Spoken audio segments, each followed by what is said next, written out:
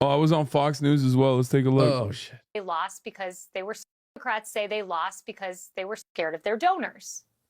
I think that they need to change their policies.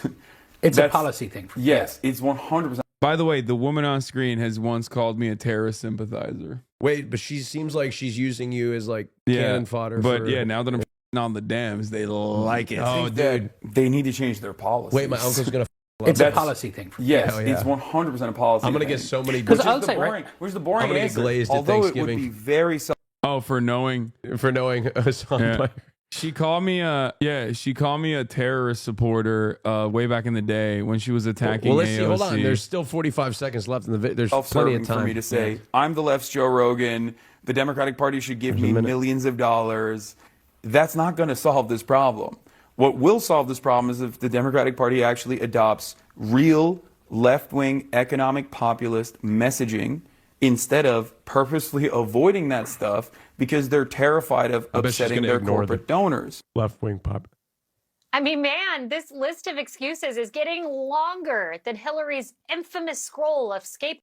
Wait, what? She just didn't understand any point I made, I think. She's not even addressing the point. Oh, let's see. She's not addressing anything I said. What? Yo, these people are so stupid, dude. I like her little outfit, though. It looks cool. She looks like a Wolfenstein propaganda minister for like the American territories. Am I wrong? Look at this. Wow. Yeah. Back when she was Trump's press secretary, by the way, she said, unacceptable. AOC and Ilhan Omar teamed up with activists who said America deserved 9/11. These radicals would run the show in Joe Biden's America. Yeah. Remember when we ran the show in Joe Biden's America? Remember when I ran the show in Joe Biden's America? That was cool. Let's see. I mean, man, this list of excuses is getting longer than Hillary's infamous scroll of scapegoats after the 2016 election. Democrats are going to have to do a serious autopsy around the Thanksgiving table tomorrow, and they have to figure out what to do with Kamala. Some Democrats never want to see her again. They're begging her to not run in 4 years. They don't even want her to run for governor of California. None of this has anything to do with what you said at all. Yeah, no, they just put it there because I was on the Dems, I think. That's it. None of it had anything to do with that. That's amazing. You know what people are going to be sitting around the Thanksgiving table watching? Jenksgiving. Bro, look at this. Oh, you were pretty good. That's crazy. Oh, Bakari Sellers was asked about my one clip on CNN. Bro, there's a lot going on. This CNN, the CNN clip is making the rounds right now. It went on Fox News. It went on it went on like a bunch of other CNN broadcasts, and they just keep asking like Democrat Party consultants like, what do you think about this clip from this male podcaster, the Joe Rogan of the left? And yeah, you know, it's interesting to see. It's interesting to see people be tasked with having to respond to like the most normal question and objectively fail to do so in the appropriate way. Don't ever ask a Democrat to do left populist policies. Okay, don't ever do it. It's like it's poison. Yeah, we will never have self-reflection. Do not ask us to reflect. Pod Save America, love when you said the U.S. president needs to use agencies against Democratic senators to give them consequences, especially using all the actually fucked up personal connections they use while in office. Yeah, I like that was considered a bridge too far to like actually hold politicians accountable and not let them get away with just doing regular corruption is like a shocking revelation. Like, yeah, I'm fairly certain that most people, if they were to encounter that position the first time ever without ever considering it beforehand, they'd be like, no, that's great. I love that. You know, that's my favorite thing. Please do that. But anyway, let's hear what the new hit was from CNN. Social media superstar, really, with almost 3 million followers on the video streaming platform Twitch. He's a progressive fan of Bernie Sanders. So popular, Democratic Party invited him to the DNC in August, and he sat down with CNN's Donny O'Sullivan. Here's a little bit. There's a general sense that when it comes to the world of podcasts, alternative media, I don't even know what you want to call it, that Trump did a much better job with that than Democrats and Harris. Absolutely. I think that's true. Harris did consider going on Joe Rogan. Yeah. But she didn't. What is it that the Democrat Party has to do differently? Well, I think that they need to change their policies. It's a policy thing. Yes, it's 100% a policy thing. Which is the boring answer. Although it would be very self-serving for me to say, I'm the left's Joe Rogan, the Democrat. I think even CNN are getting the same clips from Reddit. What are you talking about? This is CNN's own clips. Democratic Party should give me millions of dollars. That's not going to solve this problem. What will solve this problem is if the Democratic Party actually adopts real left-wing economic populist messaging instead of purposefully avoiding that stuff because they're terrified of upsetting their corporate donors. I think Trump speaks to male insecurities better, and I think Trump speaks to the anger that people have, whereas the other side of the political spectrum does not speak to that anger at all.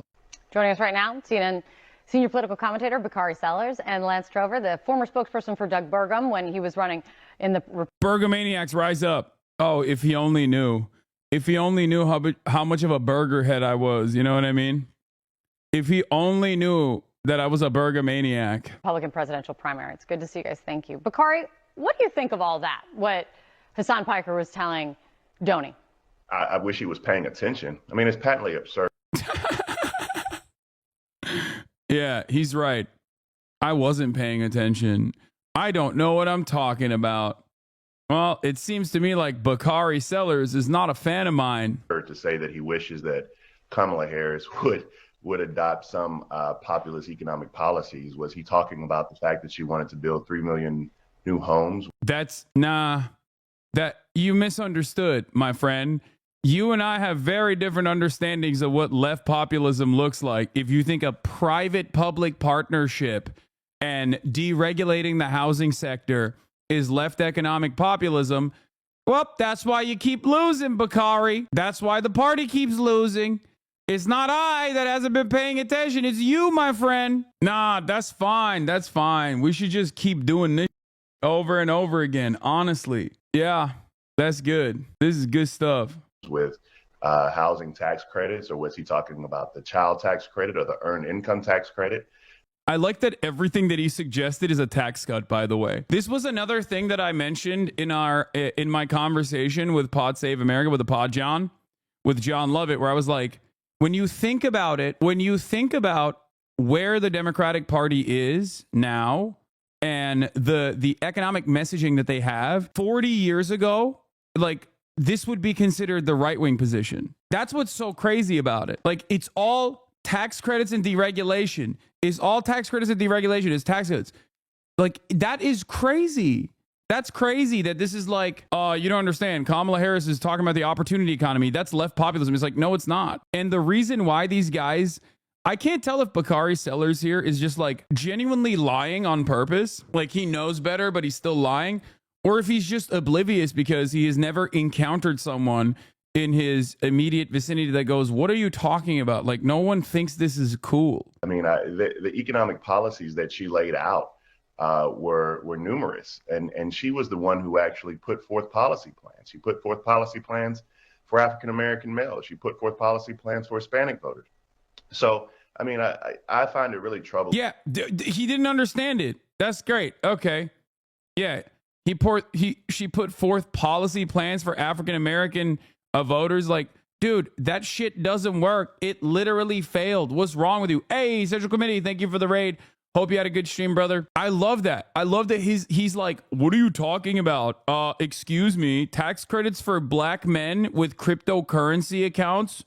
That's populism. I don't get it. Like, what? It's like, dude, none of that worked. Why the f are you talking about this? Can you give me some examples of real left-wing populist economic policy? Yes, and I talked about it on Pod Save America as well. A federal jobs program that actually builds socialized housing, builds public housing that actually claws back the housing market prices, that draws it down by force, okay? Left populist economic messaging dictates billionaires and corporations are the enemy, okay? You should just openly state that. You should be like, no, these guys are the bad guys. These are the people that are fucking your lives up. You don't like your boss. Now think about how bad your boss's boss actually is, okay? hyper-focused, hyper-targeted, means-tested, focus-tested messaging for means-tested policies are not effective. It's just not.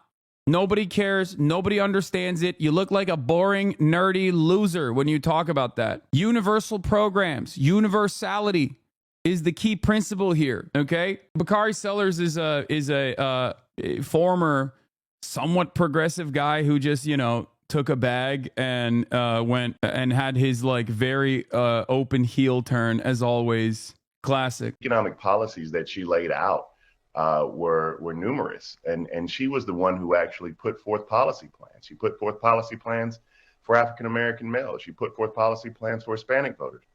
So, I mean, that's so funny. Yeah. Oh yeah, no, I don't get it. Like what? Everybody loved. This doesn't make any sense. Everybody should have loved when Kamala Harris said we're gonna do $50,000 in tax credits for black men that graduated from a HBCU that work in a underserved neighborhood for 3.5 weeks. Like that was like a banger policy. Why would people are just too stupid to recognize how banger of a policy it is. You know what I mean? People are just too dumb. They're just too stupid. Why didn't it work? I find it really troubling when people want to have a policy discussion. The fact is, more people know what was in Drake's lawsuit against you. And Z-Dubber, thank you for the 10 community gift subs. Yeah, no. Look at that. Look.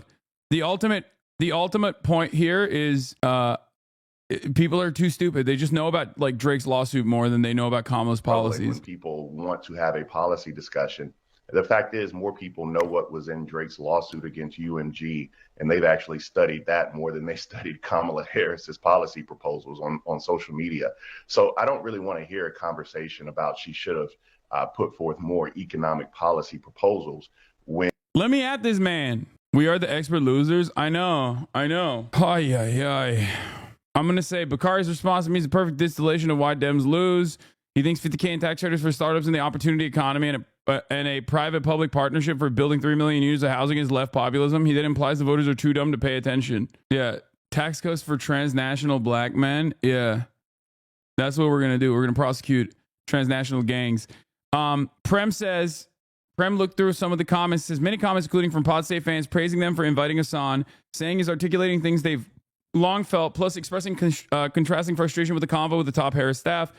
Feels like a long time coming debate now unfolding more openly. Neat stuff. Yeah, that's why I'm very grateful for the Pod Johns for I'm very grateful for the Pod Johns for putting me up there, because like I think that a lot of people do feel this way, and when someone communicates their feelings and their anger and frustration, I think they develop a better understanding of why they feel the way that they do, why they're frustrated with the Democratic Party, and I think it's a good thing.